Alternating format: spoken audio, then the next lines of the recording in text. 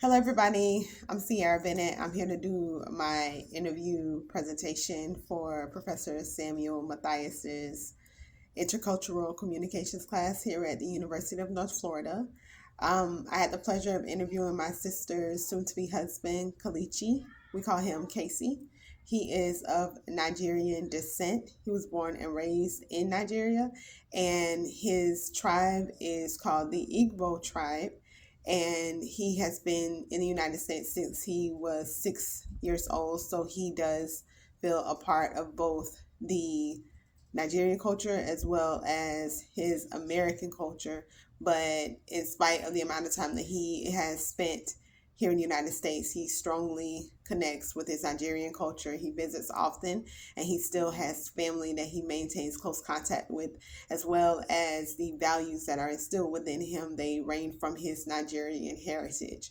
Initially, I thought going into this interview that I was going to have to phrase my questions in a way as to not sway his responses so that they lean towards the information that I was able to find during my research.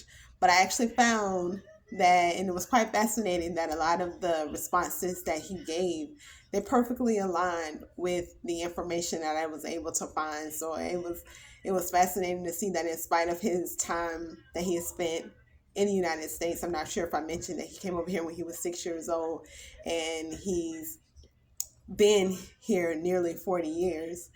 That I thought that he would have swayed away from that, but those values still reign true to himself and his family, and I found that to be quite fascinating.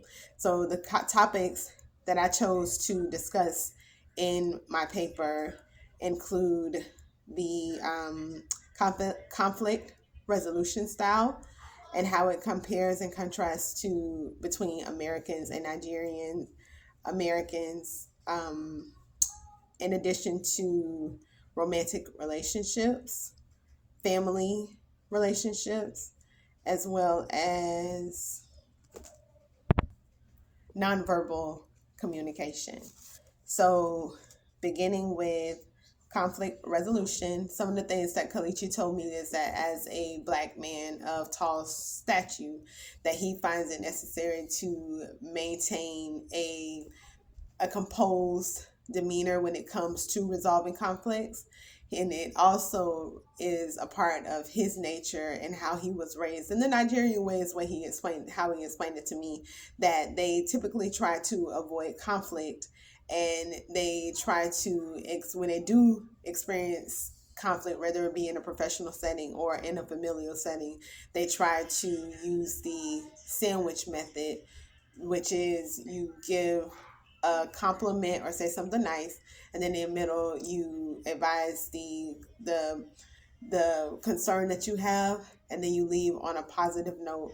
And this is not only in context, not only it applies, well, it not only does it demonstrate the high context style, communication style of Nigerians, but it also shows their desire to maintain faith and harmony.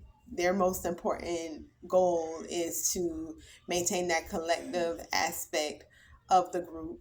They want to maintain that relationship, leaving from when they do experience conflict. Another point that I want to discuss is the nonverbal communication. Nigerians have a habit of sucking their teeth, and in a normal setting, this is where cultural relativism would apply. In a normal setting, in Nigeria, they just do this in regular conversation. But us Americans may view this as something that is disrespectful. So you have to be mindful of the nonverbal the nonverbal actions that you're taking in certain settings, and how they can come off in different cultural settings. And then another point I want to discuss is the family aspect, the collective nature of the Nigerian culture. They attempt to maintain harmony and peace within the group. And when it comes to their decision making, they are oftentimes relying on the older siblings as well as their parents. in order to make decisions considering it an intergenerational communication method that they employ in order to show respect to their elders, and as well as taking into consideration the wisdom and knowledge of their elders when they decide to explore other options.